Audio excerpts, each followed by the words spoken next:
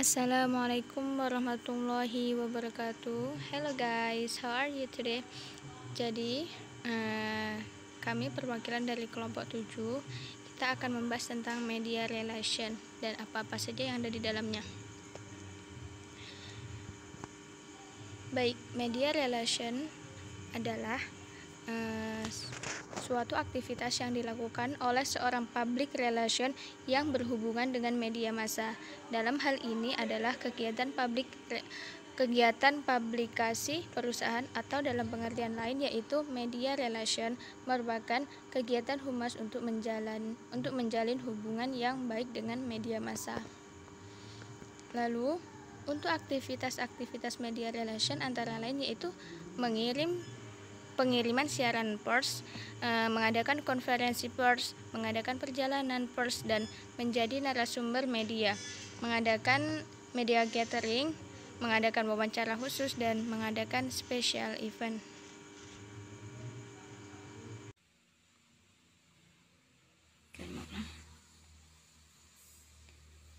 Materi selanjutnya yaitu jenis media public relation. Media public relation adalah segala bentuk media atau sasaran atau saluran atau channel yang digunakan praktisi humas dalam pekerjaannya dengan tujuan publikasi yang luas agar produk atau jasa yang humas pasarkan lebih dikenal oleh masyarakat. Untuk mendukung tujuan dari public relation, dalam hal ini dikenal ada berbagai macam media yang dapat digunakan dalam kegiatan public relation. Jenis media yang pertama yaitu media cetak. Media cetak yang pertama, press. Press atau pers adalah lembaga atau badan atau organisasi yang menyebarkan berita sebagai karya jurnalistik kepada khalayak, yang termasuk ke dalam press diantaranya surat kabar dan majalah. Kemudian media cetak yang kedua yaitu direct mail. Pemasaran melalui direct mail berarti mengirimkan penawaran, pengumuman, pengingat, atau barang lain ke konsumen perorangan. Direct mail merupakan media yang terkenal karena memungkinkan selektivitas pasar sasaran dapat disesuaikan dengan konsumen yang dituju dan fleksibel. Media cetak yang ketiga yaitu house journal. House journal adalah publikasi pribadi atau koran yang diproduksi oleh sebuah perusahaan untuk menyampaikan kepada para karyawan apa yang terjadi di perusahaan tersebut. Misalnya buletin perusahaan, baik itu internal maupun eksternal. Jenis media yang kedua yaitu media elektronik. Media elektronik ini mengalami masa kemajuan yang cepat. Kemajuan yang cepat ini diakibatkan oleh kemajuan-kemajuan yang dicapai di bidang fotografi, komputer, dan teknologi elektronik. Hasilnya, penguasaan informasi pada skala global dan publik mendapatkan informasi yang cepat, yang termasuk ke dalam media elektronik yaitu televisi, radio, dan handphone. Kemudian jenis media yang ketiga yaitu media internet. Public relation melalui media internet memiliki peran yang besar dan luas dibandingkan dengan public relation di dunia fisik. Dengan media internet, kita dapat secara langsung menyampaikan pesan-pesan kepada target publik serta memanfaatkan potensi besar lainnya seperti komunikasi konstan, respon yang cepat, pasar global, serta lebih hemat. Kemudian bagaimana hubungan media relation dengan public relation? Dalam kegiatan sehari-hari, media dan public relation saling membutuhkan dalam menjalankan tugasnya. Hal ini disebabkan seorang public relation tidak mungkin dapat menjangkau sasaran yang tersebar dalam sebaran geografis yang luas. Oleh sebab itu, untuk mempermudah pekerjaannya, seorang public relation membutuhkan media. Sebaliknya, media juga membutuhkan public relation. Hubungan yang tercipta baik antara organisasi dengan media yang diwakilkan oleh praktisi public relation akan memberikan manfaat dari adanya media relation, seperti membangun pemahaman mengenai tugas dan tanggung jawab organisasi dan media massa. Kemudian, membangun kepercayaan timbal balik dengan prinsip saling menghormati, menghargai, serta adanya kepercayaan. Kemudian, adanya penyampaian informasi yang akurat, jujur, dan mampu memberikan pencerahan bagi publik. Baik, untuk materi selanjutnya akan dijelaskan oleh teman kita Salma. Terima kasih.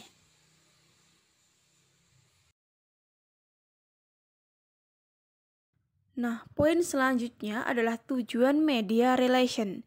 Yang pertama adalah memperoleh publisitas seluas mungkin tentang kegiatan serta langkah organisasi yang dianggap baik untuk diketahui publik. Yang kedua adalah memperoleh tempat dalam pemberitaan media yang objektif, wajar, dan berimbang mengenai hal-hal yang menguntungkan organisasi. Yang ketiga adalah memperoleh umpan balik mengenai upaya dan kegiatan organisasi. Yang keempat, melengkapi data bagi pimpinan organisasi untuk keperluan kebijaksanaan. Dan yang terakhir adalah mewujudkan hubungan yang stabil dan berkelanjutan yang dilandasi saling percaya dan menghormati. Selanjutnya adalah fungsi media relation. Yang pertama adalah membangun pemahaman mengenai tugas dan tanggung jawab organisasi dan media massa. Yang kedua adalah membangun kepercayaan dan timbal balik dengan prinsip saling menghormati dan menghargai kejujuran serta kepercayaan. Dan yang terakhir adalah penyampaian atau perolehan informasi secara akurat, jujur, dan mampu memberikan pencerahan kepada publik. Poin selanjutnya adalah kegiatan penulisan dalam media relation. Yang pertama adalah penulisan press release, adalah informasi tertulis yang dikeluarkan oleh suatu instansi atau organisasi untuk dipublikasikan di media massa. Yang kedua adalah penulisan artikel, yaitu mengirim seluruh bentuk tulisan di media massa, baik opini, esai, kolom yang isinya sesuai dengan misi lembaga. Yang ketiga adalah penulisan feature, adalah penulisan karangan khas atau tuturan atau berita kisah yang didapatkan dari hasil reportase sendiri atau interpretasi data yang telah tersedia. Yang keempat adalah penulisan advertorial, adalah penulisan iklan perihal lembaga atau aktivitasnya dalam bentuk seperti berita. Dan yang terakhir adalah penulisan annual report. Penulisan annual report adalah penulisan laporan tahunan perihal aktivitas lembaga yang penting dikenal oleh stakeholder lembaga. Terima kasih. Poin selanjutnya akan dijelaskan oleh teman saya. Oke, selanjutnya adalah peranan media relations. Media relation sebagai komponen dan public relation tentu saja mengikuti langkah standar public relation. Standar cara kerja public relation mencakup pengumpulan fakta, perencanaan dan penyusunan program menurut permasalahan yang telah dirumuskan, kemudian melakukan rencana dengan tindakan komunikasi, merumuskan permasalahan menurut hasil penelitian atau kajian, kemudian evaluasi terhadap seluruh rangkaian kegiatan dan program public relation. Public relation memanajemen khusus yang membantu atau mengatur secara khusus, kemudian membantu pembentukan dan pemeliharaan garis komunikasi dua arah, membentuk saling pengertian, kemudian saling menerima, kemudian bekerja sama antara organisasi dengan publiknya. Maka pada tataran ini, public relation membutuhkan media massa untuk menjangkau semua stakeholdernya yang bersifat masif, yaitu memanfaatkan media untuk memengaruhi masyarakat.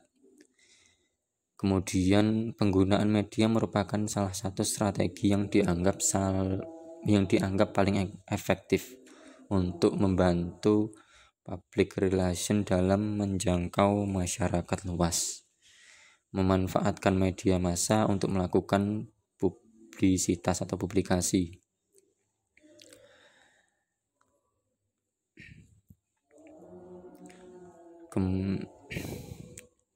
Kemungkinan cukup itu dari saya. Sekian. Wassalamualaikum warahmatullahi wabarakatuh.